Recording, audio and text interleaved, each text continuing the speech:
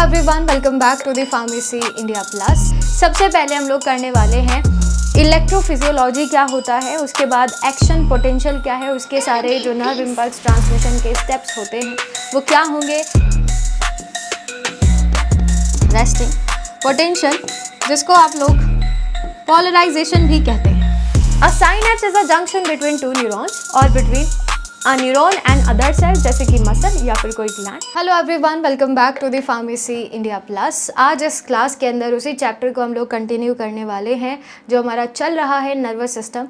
इसका एक part already मैं आपको करा चुकी हूँ, जिसमें बेसिकली हम लोगों ने नर्वस सिस्टम का इंट्रोडक्शन ही पार्ट किया था। न्यूरॉन्स क्या होते हैं और नर्वस सिस्टम क्या है, किस तरीके से वो हमारी बॉडी को कंट्रोल करता है, ये सारी चीज़ें आज की इस क्लास में इसी चैप्टर को थोड़ा सा और कंटिन्यू करेंगे। और मैं बता देती हूँ क्या क्या मैं चीज़ें आपको पढ़ाने वाली हूँ आज। सबसे पहले हम लोग करने वाले हैं इलेक्ट्रोफिजियोलॉजी क्या होता है, उसके बाद एक्शन पोटेंशियल क्या है, उसके सारे जो नर्व इम्पल्स ट्रांसमिशन के स्टेप्स होते हैं वो क्या होंगे, रिसेप्टर्स, साइनेप्स, न्यूरोट्रांसमीटर, ये सारी चीज़ें हम लोग डिस्कस करने वाले हैं आज की इस क्लास के अंदर।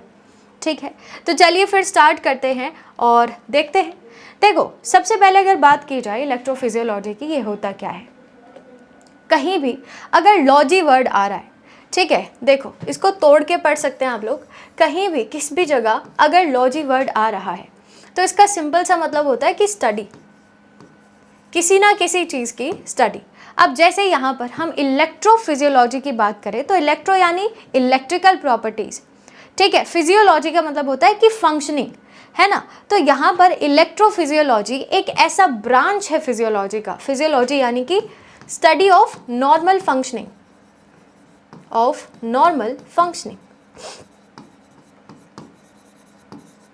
तो यहाँ पर भी इसका यही मतलब है, एक ऐसा ब्रांच फिजियोलॉजी का that studies the electrical properties of biological cells and tissues basically in nervous system, ठीक है। उसी को हम इलेक्ट्रोफिजियोलॉजी कहते हैं। बहुत ही बेसिक सी चीज़ है।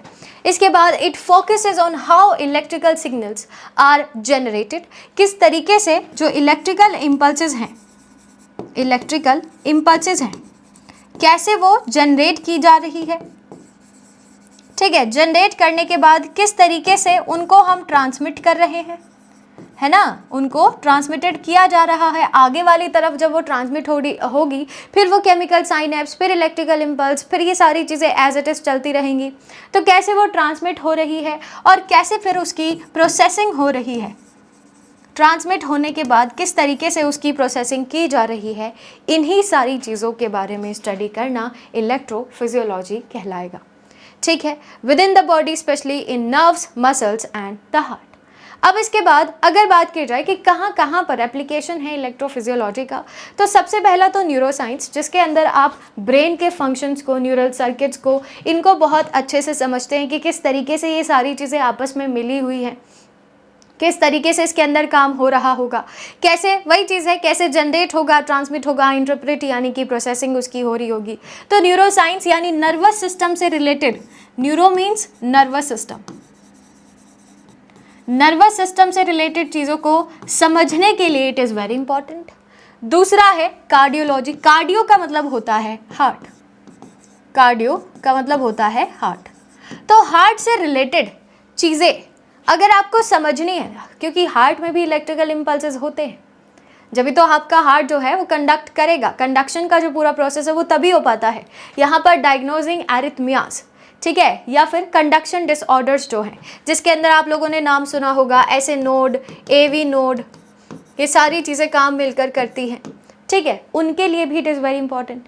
तीसरा मसल फिजियोलॉजी, न्यूरोमस्कुलर डिसीजेस को डिटेक्ट करने के लिए, उनको अच्छे से उनको समझने के लिए कि क्या बीमारी है, कहाँ पर है, क्यों हो रही है, इन सभी के लिए इलेक्ट्रोफिजियोलॉजी इज़ वेरी इंपॉर्टेंट, ठीक है। तो न्यूरोमस्कुलर डिसीजेस के लिए pharmacology, studying effects of drugs on ion channels या फिर न्यूरॉन्स, किस तरीके से उनका असर हो रहा है पर्टिकुलर न्यूरॉन पर, पर्टिकुलर आयन चैनल पर, उसके लिए ज़रूरी है।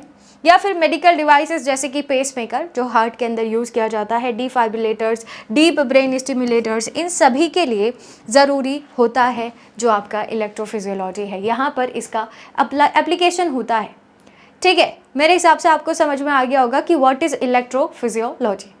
इसके बाद नेक्स्ट हमारे पास है बहुत ज़्यादा इंपॉर्टेंट, एक्शन पोटेंशियल। ठीक है, ये तो बहुत ज़रूरी है, आपको हर एक चैप्टर में कुछ ना कुछ एक इम्पॉर्टेंट चीज़ मिलती है जहाँ से सवाल बनने की पॉसिबिलिटी होती है नर्वस सिस्टम के अंदर। This is the part, action potential. ठीक है, अब ये क्या है? देखो, ये कुछ नहीं है, ये सिर्फ मूवमेंट है आयंस की, एक मेम्ब्रेन से बाहर और एक मेम्ब्रेन के अंदर जो मूवमेंट्स होती है आयंस की, उसी को ही, जिसकी वजह से चार्जेस जनरेट होते हैं, उसी को ही हम एक्शन पोटेंशियल कहते हैं। ठीक है, ध्यान से देखना। मान लीजिए मेरे पास ये एक मेम्ब्रेन है, कुछ नहीं, बस एक मेम्ब्रेन लेकर चलो।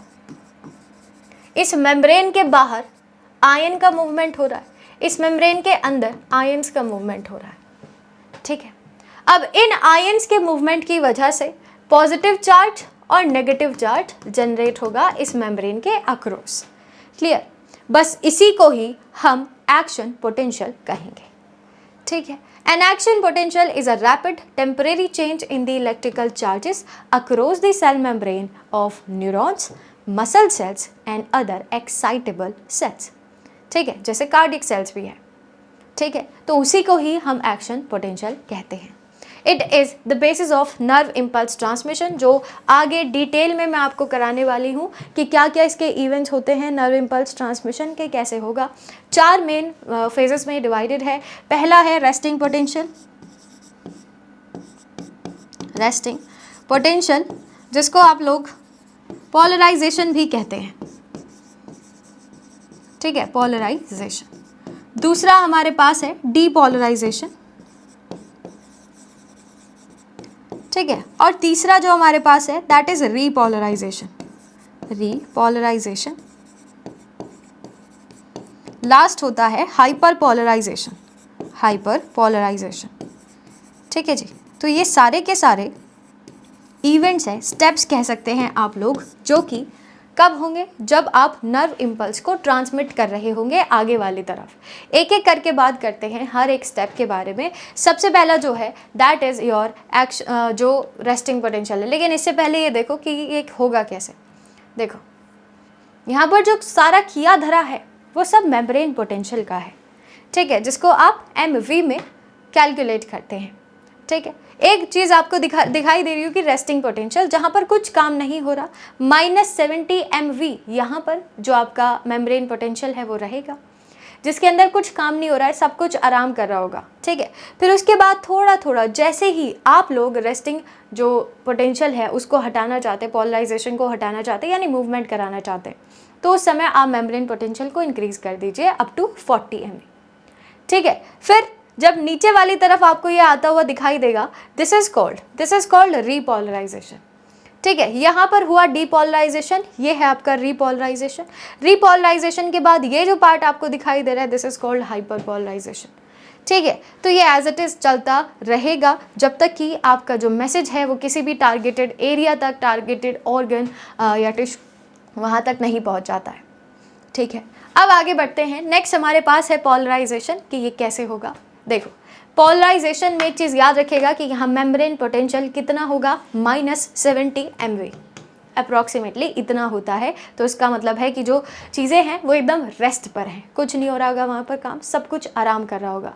ठीक है, चलो बहुत बढ़िया।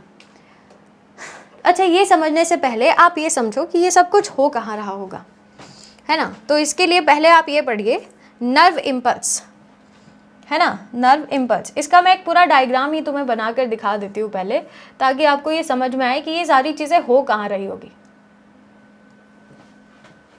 ठीक है, आपको न्यूरॉन का स्ट्रक्चर तो याद होगा। मैं छोटा सा न्यूरॉन का स्ट्रक्चर बनाना चाह रही हूँ उधर। ये मेरे पास एक न्यूरॉन है, ठीक है, ऐसे होगा, और फिर ये कुछ इस तरीके से यहाँ पर ब्रांचेस लगी हुई होती हैं।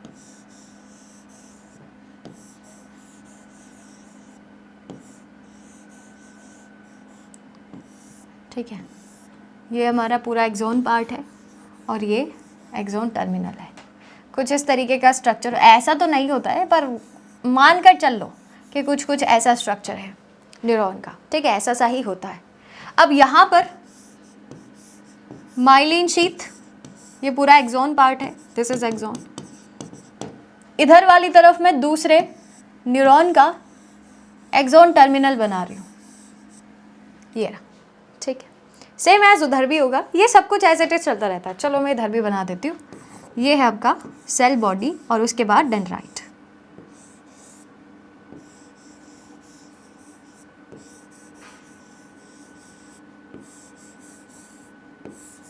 ठीक है, कुछ ऐसा होता है आपका, क्लियर। चलो अब देखिए होगा क्या, ध्यान से देखना, आपको सारी चीज़ें क्लियर हो जाएंगी कि क्या चल रहा होगा, इलेक्ट्रिकल इम्पल्स, केमिकल इम्पल्स, ये सब होते क्या हैं। मान लीजिए कुछ इस तरीके का स्ट्रक्चर है, ये हमारे पास है axon terminal, axon terminal. Nerve impulse transmission के लिए होगा क्या, सबसे पहले यहाँ से इंफॉर्मेशन आएगी, ठीक है, और यहाँ जो न्यूरोट्रांसमीटर्स है वो रिलीज होंगे, यहाँ पर कहीं पर बाइंड कर रहे होंगे रिसेप्टर के साथ अपने। फिर अंदर वाली तरफ इस वाली जगह पर, यहाँ पर जो होता है that is electrical impulse, that will be electrical impulse. ये जैसे ही इन्फो यहाँ तक आती है, ये आगे की तरफ ट्रांसमिट करेंगे इसको, और इस पार्ट में यहाँ से लेकर यहाँ तक इस पार्ट में चल रहा होगा नर्व इम्पल्स ट्रांसमिशन, ठीक है, इस पूरे पार्ट में चल रहा होगा नर्व इम्पल्स ट्रांसमिशन,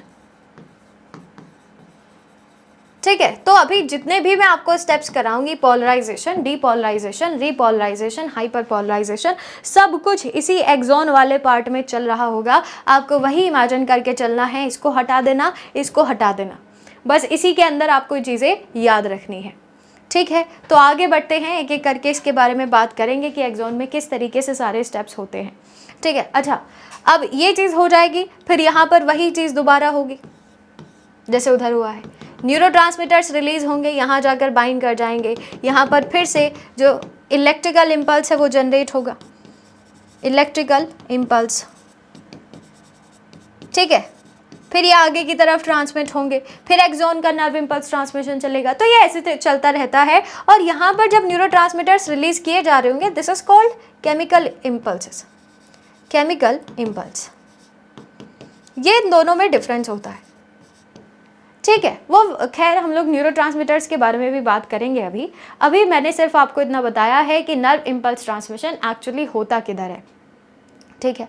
अब इसके बाद देखो, मेम्ब्रेन पोटेंशियल -70 MV, तो आप इसको पोलराइजेशन कह लो या फिर आप इसको रेस्टिंग पोटेंशियल कह लो, आपकी मर्जी है। इस फेज के अंदर हो क्या रहा है, इस फेज के अंदर जो न्यूरॉन है यहाँ पर नेगेटिव चार्जेस प्रेजेंट है एक्सॉन के अंदर, और बाहर वाली तरफ पॉजिटिव चार्जेस प्रेजेंट है, वो यहाँ नहीं लिखा है, maintained by sodium potassium ATPase pump, ये याद रखना, ठीक है। इसके बाद यहाँ पर होगा क्या कि जो पोटेशियम आयंस है वो लीक करेंगे चैनल को, इसकी वजह से जो पोटेशियम है वो धीरे धीरे बाहर जाना शुरू होगा, जिसकी वजह से नेगेटिव चार्जेस अंदर की तरफ प्रेजेंट होते हैं। देखो कुछ इस तरीके का स्ट्रक्चर होगा, ये मेरे पास पूरा एक्सॉन है, एक्सॉन में अंदर वाली तरफ तो नेगेटिव चार्जेस होंगे, यहाँ कहीं पर ये पंप लगा होगा, सोडियम पोटेशियम पंप, ठीक है, और बाहर वाली तरफ पॉजिटिव चार्जेस होंगे। ये पॉजिटिव चार्जेस और नेगेटिव चार्जेस आए क्यों? क्योंकि जो आयन है, कौन सा, पोटेशियम, वो धीरे धीरे यहाँ से बाहर जा रहा होगा, यहाँ ये लिख लो पोटेशियम। अब यहाँ एक और चीज़ याद रखना, मान लीजिए आप एक जगह से दूसरी जगह जा रहे हैं, तो जहाँ से आप जा रहे हैं वहाँ पर नेगेटिव चार्जेस आएंगे, जहाँ पर आप जा रहे हैं वहाँ पर पॉजिटिव चार्ज आएगा, यहाँ भी वही है। पोटेशियम बाहर जा रहा है तो बाहर पॉजिटिव चार्ज, अंदर से जा रहा है तो अंदर नेगेटिव चार्ज, ये चार्जेस का डिस्ट्रीब्यूशन है। अब आपको क्लियर हो गया होगा कि नेगेटिव और पॉजिटिव चार्ज सोडियम और पोटेशियम की पॉजिटिविटी या नेगेटिविटी से नहीं आते हैं, ये मूवमेंट की वजह से होते हैं, ठीक है। इसके बाद voltage gated sodium and potassium channels बंद रहेंगे इस समय पर, रेस्टिंग पोटेंशियल चल रहा होगा ना, तो अब सब कुछ बंद रहेगा। इसके बाद दूसरा जो स्टेप होता है दैट इज डीपोलराइजेशन। डीपोलराइजेशन के अंदर अप्रोक्सीमेटली 55 है ना, -55 इतना आपका जो ये पूरा जो मेम्ब्रेन पोटेंशियल है वो रहेगा। Stimulus for example a neurotransmitter cause the membrane potential, ताकि वो -55 MV तक पहुंच जाए। यहाँ पर जो मेम्ब्रेन पोटेंशियल है वो एकदम ऊपर की तरफ जाना शुरू करेगा, +30 टू +40, क्या तो -55, -70। जैसे ही ये सारी चीज़ें हुई मेम्ब्रेन पोटेंशियल पॉजिटिव की तरफ, ऊपर की तरफ जंप करेगा, क्योंकि हमें मूवमेंट करानी है अभी। ठीक है, चलो यहाँ पर जो सोडियम चैनल है वो तो खुल जाएंगे, लेकिन पोटेशियम चैनल्स बंद रहेंगे, याद रखिएगा। सोडियम चैनल ओपन होंगे। अब सोडियम चैनल जैसे ही ओपन होगा, मान लीजिए ये मेरे पास एक्सॉन है, ठीक है, यहाँ सोडियम चैनल है, for example this is sodium channel. जैसे ही ये ओपन होगा वैसे ही बहुत ज़्यादा अमाउंट सोडियम का अंदर वाली तरफ मूव कर जाएगा यहाँ से। ठीक है, अंदर वाली तरफ मूव करते ही जो अंदर वाला एरिया है वो ज़्यादा पॉजिटिवली चार्ज हो जाएगा, क्योंकि मैंने अभी आपको बताया था कि जहाँ पर चीज़ें जाती हैं वहाँ चार्जेस पॉजिटिव हो जाते हैं और बाहर वाली तरफ नेगेटिव हो जाएंगे। ख़त्म बात, समझ में आया? This is called depolarisation. ठीक, इसके बाद तीसरा जो स्टेप होता है यहाँ पर रीपोलराइजेशन, रीपोलराइजेशन। ठीक है, यहाँ क्या होगा, यहाँ +30 से वापस वो नेगेटिव वैल्यूज़ की तरफ आना शुरू हो जाएगी, जो आपकी जो हम लोगों ने मेम्ब्रेन पोटेंशियल के बारे में बात की थी। ठीक है, अब यहाँ पर जो सोडियम चैनल आपने खोले थे वो बंद हो जाएंगे। ये रहा सोडियम चैनल जो ओपन था वो अब बंद हो जाएगा। ठीक है, अब सोडियम चैनल तो बंद हुआ, लेकिन पोटेशियम चैनल ओपन हो जाएगा। पोटेशियम चैनल के ओपन होते ही ये बाहर वाली तरफ मूव करेंगे पोटेशियम।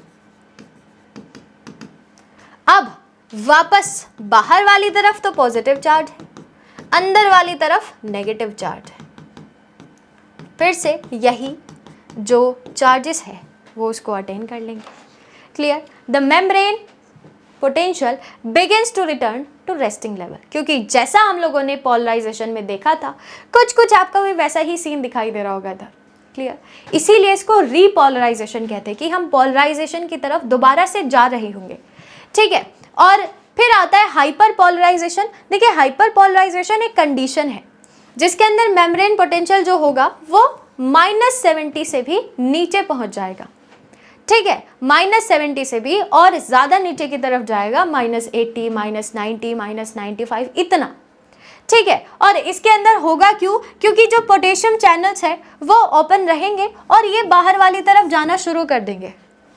पोटेशियम चैनल्स अगर ओपन रहेगा तो ये बाहर वाली तरफ ज़्यादा से ज़्यादा अमाउंट में मूव करेंगे। ठीक है, और अगर ज़्यादा मूव करेंगे तो बेसिक सी बात है कि जो मेम्ब्रेन है वो ज़्यादा नेगेटिव हो जाएगी रेस्टिंग पोटेंशियल से, और न्यूरॉन कम एक्साइटेबल होंगे इस फेज़ के अंदर। ठीक है, और लास्ट फेज़ के अंदर हम वापस से रेस्टिंग पोटेंशियल की तरफ ही मूव कर जाते हैं। सारी कंडीशंस वही हो जाएंगी। सोडियम पोटेशियम पंप जो होगा वो दोबारा से जो अपना ओरिजिनल आयन ग्रेडियंट है, यानी कि 3 सोडियम बाहर 2 पोटेशियम अंदर। ठीक है, ये आपको याद रखना है हमेशा, क्योंकि ये पूछा जाता है। 3 सोडियम का ई फ्लक्स होगा। ठीक है, उल्टा लिख दिया है मैंने, ई फ्लक्स होगा, समझे, और 2 पोटेशियम का इनफ्लक्स होगा। ये पूछा जाता है रेस्टिंग पोटेंशियल पे। ठीक है, ये पूछा जाता है, ये सवाल आता है, तो याद रखिएगा। जो मेम्ब्रेन पोटेंशियल है वो वापस वही हो जाएगा और न्यूरॉन दोबारा से अगले एक्शन पोटेंशियल के लिए दोबारा से इसको तैयार किया जाता है। तो ये सब कुछ चल रहा होगा, आप डायग्राम से देख लो, वैसे तो मैंने बनाकर दिखाई दिया है। पहले वाली स्टेज के अंदर जब पोलराइजेशन हो रहा है, रेस्टिंग पोटेंशियल पे है, अंदर वाली तरफ नेगेटिव चार्जेस, बाहर वाली तरफ पॉजिटिव चार्जेस। क्यों? क्योंकि आप देख पा रहे होंगे कि ये जो सोडियम है, सोडियम नहीं पोटेशियम है, ये बाहर वाली तरफ धीरे धीरे जाना शुरू कर देते हैं।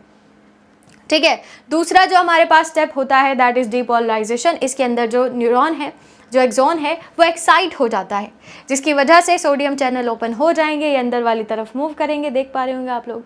जहाँ जहाँ ये मूव करते जाएंगे वहाँ वहाँ पॉजिटिव चार्ज अंदर, नेगेटिव चार्ज बाहर, ठीक है। और तीसरा जो स्टेप होता है यानी कि जो रीपोलराइजेशन है, इसकी कंडीशन कुछ कुछ आपको ऐसी दिखाई देगी क्योंकि रीपोलराइजेशन है ना, ठीक है। तो यहाँ पर सोडियम चैनल्स बंद होंगे, पोटेशियम चैनल ओपन रहेंगे, जिसकी वजह से पोटेशियम बाहर निकलेगा।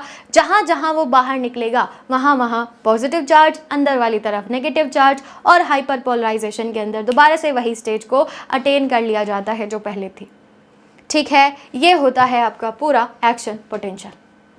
नर्व इम्पल्स ट्रांसमिशन ये पूरा है, और इसके अंदर यही एक टेबल है जो आपको, अगर आपको याद रहे तो आपको पूरा एक्शन पोटेंशियल ऐसे रट जाएगा। जैसे देख लो, रेस्टिंग में क्या हो रहा था, सोडियम बाहर, पोटेशियम अंदर, कितना मेम्ब्रेन पोटेंशियल था सब लिखा हुआ है वहां पे, इवन पोलराइज मेम्ब्रेन होगी। डीपोलराइजेशन में क्या हो रहा था, सोडियम चैनल ओपन हो गए थे, सोडियम अंदर जा रहा था, ठीक है।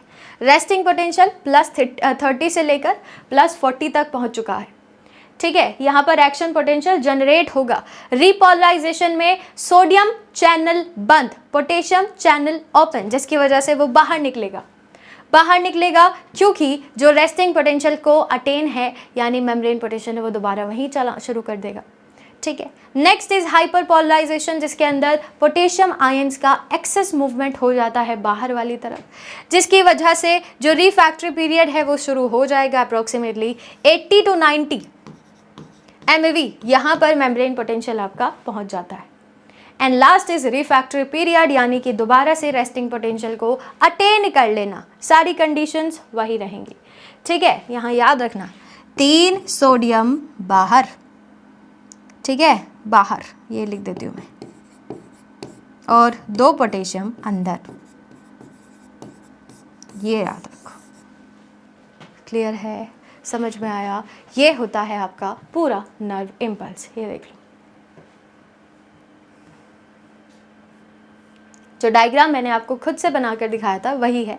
ये आपका सेल बॉडी है, इधर से आपके जो केमिकल इम्पल्सेस है वो आते हैं, यहाँ पर इलेक्ट्रिकल इम्पल्स जनरेट होगा, आगे की तरफ एक्सॉन की हेल्प से ट्रांसमिट किए जाएंगे, जिसमें myelin sheets, wall sales, notes of Ranvier, ये सब कुछ हेल्प कर रहा होगा। फिर आगे की तरफ वही चीज़ें दोबारा रिपीट होती जाएंगी, ठीक है। ये चलता रहेगा, और ये कब तक चलेगा, जब तक कि कोई भी इंफॉर्मेशन, कोई भी मैसेज एक टारगेटेड एरिया तक नहीं पहुंच जाता है, तब तक ये प्रोसेस एज इट इज चलता रहता है, ठीक है। इसके बाद नेक्स्ट हमारे पास है साइनेप्स। अब ये साइनेप्स क्या होता है, देखिए अभी तक जो आप पढ़ रहे थे वो सब इलेक्ट्रिकल इम्पल्सेस के लिए था, अब जो आप पढ़ोगे वो केमिकल इम्पल्स के लिए है। जैसे साइनेप्स केमिकल के लिए भी होता है, इलेक्ट्रिकल के लिए भी होता है, ठीक है। देखो होता क्या है, एक साइनेप्स एक जोड़ है, जंक्शन है, किन किन के बीच का, 2 न्यूरॉन्स के बीच का। मान लीजिए मेरे पास एक न्यूरॉन ये है और दूसरा न्यूरॉन ये है, तो ये पहले है तो प्री साइनेप्टिक न्यूरॉन, ये दूसरा है तो ये पोस्ट साइनेप्टिक न्यूरॉन। इनके बीच का जो जंक्शन है दैट इज साइनेप्स, यानी जंक्शन, ठीक है। यही होता है synapse. A synapse is a junction between 2 neurons और between a neuron and other cell, जैसे कि मसल या फिर कोई gland, where a nerve impulse is transmitted from one cell to another. अब this nerve impulse can be electrical or chemical. अगर ये electrical है तो ये आयंस की हेल्प से हो रही होगी, अगर ये केमिकल है तो ये न्यूरोट्रांसमीटर की हेल्प से हो रही होगी, ठीक है। बस यही तो होता है भाई, साइनेप्स यही है, देख लो। ये पहला जो हमारे पास है, दिस इज पहले वाला न्यूरॉन और दिस इज सेकेंड न्यूरॉन। पहले न्यूरॉन को प्री साइनेप्टिक न्यूरॉन कहेंगे, दूसरे न्यूरॉन को पोस्ट साइनेप्टिक न्यूरॉन कहेंगे, ठीक है। इतना क्लियर है। इनके बीच का ये जो एरिया है, खाली एरिया, देखो इन दोनों के बीच में ये जो खाली जगह है, this is called synaptic cleft, ठीक है। बहुत बढ़िया। यहाँ से न्यूरोट्रांसमीटर्स रिलीज होंगे और यहाँ पर बाइंड कर जाते हैं, ठीक है। तो ये सब कुछ चलता रहेगा। मैं एक बार स्टेप्स भी बता देती हूँ, ध्यान से सुनना। सबसे पहले नर्व इम्पल्स आया, ठीक है, ध्यान से देखते जाइएगा। नर्व इम्पल्स आते ही कैल्शियम आयंस की बाइंडिंग शुरू हो जाती है, ठीक है, उनका सिक्रीशन शुरू हो जाएगा। कैल्शियम चैनल्स जो हैं वो ओपन होंगे और ओपन होते ही उनका मूवमेंट शुरू हो जाता है। बहुत बढ़िया। अब जैसे ही कैल्शियम चैनल्स ओपन होंगे, मूवमेंट होगा, वैसे ही न्यूरोट्रांसमीटर्स यहाँ से रिलीज होना शुरू हो जाएंगे। देख पा रहे होंगे आप लोग, ठीक है। न्यूरोट्रांसमीटर्स जब रिलीज होंगे उसके बाद वो अपने अपने रिसेप्टर्स के साथ जाकर बाइंड कर जाएंगे, ये रिसेप्टर्स हैं, ठीक है। ये जाकर यहाँ पर बाइंड कर जाएंगे और बाइंड करते ही आगे वाली तरफ ये नर्व इंपल्स ट्रांसमिट हो जाएगी, खत्म। यही होता है साइनेप्स, ठीक है। इस एरिया को साइनेप्टिक लेफ्ट कहते हैं। ये मूवमेंट है आपकी। अब मुझे बता दो किसी का कोई डाउट हो तो, इतना इजी पॉइंट है ये वाला साइनेप्स वाला, तो बहुत ही ईजी। लेकिन एक बात ये भी आती है कि इनके बीच में डिफरेंस क्या है। What is the difference between electrical and chemical synapse, ठीक है। तो ध्यान से देखना कि क्या डिफरेंस है। सबसे पहले बात करते हैं इनके स्ट्रक्चर के बारे में। तो केमिकल साइनेप्स में जो साइनेप्टिक लेफ्ट है 20 से 40 नैनोमीटर तक का होगा, और केमिकल साइनेप्स यानी कि न्यूरोट्रांसमीटर्स इन्वॉल्व होंगे, ठीक है। केमिकल्स का मतलब न्यूरोट्रांसमीटर, खत्म, है ना। लेकिन वहां पर गैप जंक्शंस होते हैं। गैप जंक्शंस हैं तो वो दो न्यूरॉन्स के साइटोप्लाज्म को डायरेक्टली कनेक्ट कर रहे होंगे। यहाँ पर आपको लेफ्ट की जरूरत नहीं है, खत्म। यहाँ पर डायरेक्टली कनेक्शन हो रहा है, ठीक है। सिग्नल ट्रांसमिशन न्यूरोट्रांसमीटर्स की हेल्प से होगा और यहाँ पर आयंस की हेल्प से होगा। यहाँ पर जो स्पीड है वो काफ़ी कम होती है, यहाँ थोड़ी फास्ट स्पीड होगी। इम्पल्स का जो डायरेक्शन है वो यूनिडायरेक्शनल होता है हमेशा in case of chemical synapse, लेकिन ये बाई डायरेक्शनल होगा, यानी आगे वाली तरफ या पीछे वाली तरफ, दोनों तरफ ये मूव कर सकता है आयंस की हेल्प से। साइनेप्टिक प्लास्टिसिटी का क्या रोल है, यहाँ प्रेजेंट होगी, लेकिन यहाँ पर एब्सेंट ही होती है, ठीक है। फिर इसके बाद modulation ability can be modulated, इसको मॉड्यूलेट कर सकते हैं आप लोग, लेकिन उसको नहीं कर सकते हैं। Occurrence common in human nervous system, वो rare, found in some brain regions, retina, heart, वहाँ पर ये प्रेजेंट होता है। एनर्जी की रिक्वायरमेंट होगी कि नहीं होगी, यहाँ पर तो होगी भाई, ठीक है। न्यूरोट्रांसमीटर्स के केस में आपको एनर्जी की रिक्वायरमेंट, आपको एटीपी की रिक्वायरमेंट होती है, लेकिन यहाँ किसी एटीपी की ज़रूरत नहीं है। आप इलेक्ट्रिकल इम्पल्सेस को एज इट इज़ ट्रांसमिट कर सकते हैं विदाउट एनर्जी रिक्वायरमेंट, ठीक है। एग्जाम्पल इज न्यूरोमस्कुलर जंक्शन, ठीक है। न्यूरोमस्कुलर जंक्शन के साथ साथ जो CNS साइनेप्स है, और अगर बात की जाए आपके इलेक्ट्रिकल साइनेप्स की तो इसके एग्जाम्पल्स है जैसे कार्डियक मसल्स और कुछ ब्रेन रीजन्स है, आई है ना, आई के अंदर जो रेटिना वाला पार्ट है वहाँ पर ये हो सकता है। तो दीज आर द एग्जाम्पल्स, ये आप कह सकते हैं कि जहाँ पर ये देखे जाते हैं दोनों। क्लियर। अब बढ़ जाते हैं आगे आज की इस क्लास के लास्ट टॉपिक की तरफ, दैट इज न्यूरोट्रांसमीटर्स, जिसके बारे में अभी तक हम लोग चर्चा कर रहे थे। ये है क्या, ठीक है। देखो, न्यूरोट्रांसमीटर्स यानी कि केमिकल मैसेंजर्स, कह सकते हैं कि क्या आपके व्हाट्सएप मैसेंजर की तरह है, जो एक न्यूरॉन से दूसरे न्यूरॉन में मैसेजेस को ट्रांसफर करता है, ठीक है, in the form of chemical impulse. Clear. उसी को ही हम न्यूरोट्रांसमीटर्स कहेंगे। Clear. Neurotransmitters are chemical substances released by neurons at synapses to transmit signals to other neurons, muscles या glands. They bind to receptor, उनके अपने अपने रिसेप्टर्स होते हैं जो कि पोस्ट साइनेप्टिक डेंड्राइट पर प्रेजेंट होंगे, ठीक है, जहाँ पर वो जाकर बाइंड कर जाएंगे। अब बाइंडिंग के बाद या तो वो उसको स्टिमुलेट करेंगे या फिर वो इनहिबिट करेंगे, क्योंकि हमारे पास न्यूरोट्रांसमीटर्स काफ़ी प्रकार के होते हैं। जैसे कुछ न्यूरोट्रांसमीटर्स एक्साइटेटरी हैं या फिर इसी को ही हम स्टिमुलेटरी भी कह सकते हैं, और कुछ न्यूरोट्रांसमीटर्स इनहिबिटरी होते हैं, कुछ मॉड्यूलेटरी होंगे जो सिर्फ मॉड्यूलेट करेंगे। अब सबसे पहले बात करते हैं एक्साइटेटरी या स्टिमुलेटरी न्यूरोट्रांसमीटर्स की। एग्जाम्पल इज ग्लूटामिन या फिर एसिटिलकोलिन, जो बहुत इंपॉर्टेंट आपका न्यूरोट्रांसमीटर है। क्या काम होगा? Increases likelihood of action potential यानी डीपोलराइजेशन। इनहिबिटरी जैसे गामा अमीनो ब्यूटाइरिक एसिड या फिर ग्लाइसिन, ये कुछ ऐसे न्यूरोट्रांसमीटर है जो रिसेप्टर से बाइंड तो होंगे, लेकिन उनके फंक्शंस को रोकने के लिए, उनके जो भी पर्टिकुलर फंक्शन होते हैं उनको इनहिबिट करने के लिए, ठीक है। चलिए, decreases likelihood of action potential यानी हाइपरपोलराइजेशन। मॉड्यूलेटरी जैसे डोपामिन, सेरोटोनिन, नॉरएपिनेफ्रिन, एपिनेफ्रिन, ये सारी चीज़ें आती हैं जो पर्टिकुलरली फंक्शंस को रेगुलेट करते हैं, जैसे कि मूड, आपका जो भी मूड स्विंग्स होते हैं वो सब इन्हीं की वजह से रेगुलेट करेंगे। ठीक है, तो ये सारे के सारे क्लासिफिकेशन है neurotransmitters on the basis of their nature.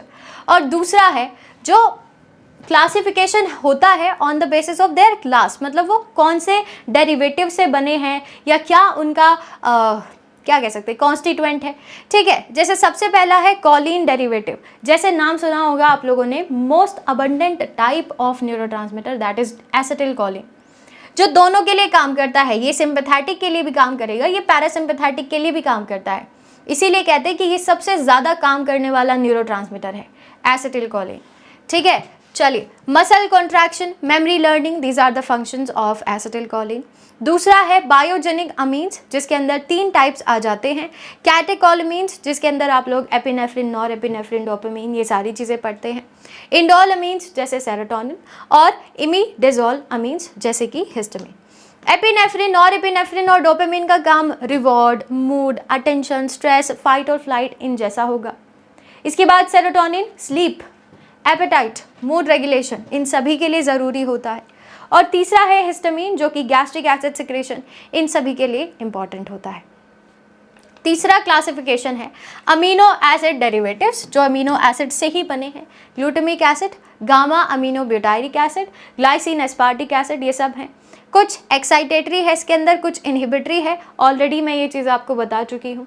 Neuropeptide जैसे एंडोर्फिन्स, ठीक है, एनकेल्फिन्स, substance PNPY, pain relief, stress, apatite regulation, सब। इसके बाद सेकेंड लास्ट हमारे पास है प्यूरिनर्जिक, जैसे ATP, एडिनोसिन, और न्यूरो मॉड्यूलेशन, पेन, स्लीप, ये सब इसका काम होता है। गैसेस न्यूरोट्रांसमीटर बहुत इंपॉर्टेंट है, 2 ही याद रखिएगा, nitric oxide and carbon monoxide. ठीक है, इन दोनों को ही आपको याद रखना है, ज़्यादा मैं बता भी नहीं रही हूँ। ठीक है, और यहाँ से सवाल आ सकते हैं कि गैसियस न्यूरोट्रांसमीटर्स कौन से हैं। एक नाइट्रिक ऑक्साइड, दूसरा कार्बन मोनोऑक्साइड। और vasodilation, memory, smooth muscle relaxation, these are the functions of gaseous neurotransmitters. ठीक है, अगर आपको ये समझना है कि न्यूरोट्रांसमीटर्स रिलीज कैसे होते हैं तो उसके डायग्राम के बारे में पहले डिस्कस करेंगे, फिर क्लास को एंड करते हैं। ठीक है, तो ध्यान से देखना कि कहाँ से ये रिलीज होंगे और कैसे ये बाइंड होते हैं। ठीक है, चलिए, तो अगर आपको याद है, मैंने आपको एक डायग्राम बनाकर दिखाया था न्यूरॉन का, जिसका एक पार्ट होता है एक्सॉन टर्मिनल। ये है एक्सॉन टर्मिनल। एक्सॉन टर्मिनल के एंड पर ही प्रेजेंट होते हैं साइनेप्टिक नोब्स, और इन्हीं साइनेप्टिक नोब्स के अंदर प्रेजेंट होंगे न्यूरोट्रांसमीटर्स। ये है न्यूरोट्रांसमीटर्स। ठीक है, ये तो हो गए न्यूरोट्रांसमीटर्स। अब ये रिलीज कब होंगे, कब बाइंड होंगे? तो जैसे ही एक्शन पोटेंशियल आता है, कैल्शियम चैनल्स ओपन होते हैं, कैल्शियम का मूवमेंट होगा, वैसे ही ये न्यूरोट्रांसमीटर्स यहाँ से रिलीज हो जाते हैं। सवाल बनता है कि भैया रिलीज तो कर दिए, रिलीज होने के बाद जाएंगे कहाँ? नर्व इम्पल्स याद है? याद है? देखो, अब दूसरे न्यूरॉन का ये पार्ट है सेल बॉडी, और सेल बॉडी के ऊपर प्रेजेंट होते हैं कुछ इस तरीके से डेंड्राइट। ठीक है, अब एक डेंड्राइट पर या सारे डेंड्राइट पर सभी के रिसेप्टर्स प्रेजेंट होते हैं, है ना? यहीं पर ही प्रेजेंट होंगे इनके रिसेप्टर्स। तो ये न्यूरोट्रांसमीटर यहाँ से रिलीज होगा, यहाँ पर जाकर बाइंड कर जाता है। क्लियर? समझ में आया कि इनका फंक्शंस क्या होगा? रिलीज हुए, बाइंड हुए, आगे की तरफ ट्रांसमिट हुए, फिर वही प्रोसेस चलेगा। ये ऐसे रिलीज होते हैं, ऐसे बाइंड होते हैं। ठीक है, और इसी को ही आप साइनेप्स कहते हैं। ये जो बाइंडिंग है दिस कॉल्ड साइनेप्स, और इस जगह को साइनेप्टिक क्लेफ्ट कहा जाएगा। इनके बीच का जो एरिया है that is called synaptic cleft. ठीक है, ये सेल बॉडी, ये डेंड्राइट, ये आपके रिसेप्टर्स। क्लियर? हर एक न्यूरोट्रांसमीटर का अपना एक रिसेप्टर होता है। यहाँ कोई लड़ाई झगड़ा नहीं होगा कि ये मेरा रिसेप्टर है, वो मेरा रिसेप्टर है, नहीं। सबका अपना अपना रिसेप्टर जो है वो स्पेसिफिकली प्रेजेंट होगा। वो जाएंगे, रिलीज होंगे, अपने रिसेप्टर के साथ बाइंड कर जाएंगे, आगे की तरफ उनको निकाल दिया जाएगा। ये इनका एज इट इज फंक्शन होगा। ठीक है, आई होप कि आपको अब यहाँ तक किसी भी टॉपिक में कोई डाउट नहीं होगा। अब इससे आगे हम लोग mainly brain and spinal cord की तरफ चलने वाले हैं, और मिलते हैं फिर अगले वीडियो में। एंड तब तक के लिए stay tuned with pharmacy India plus. Thank you.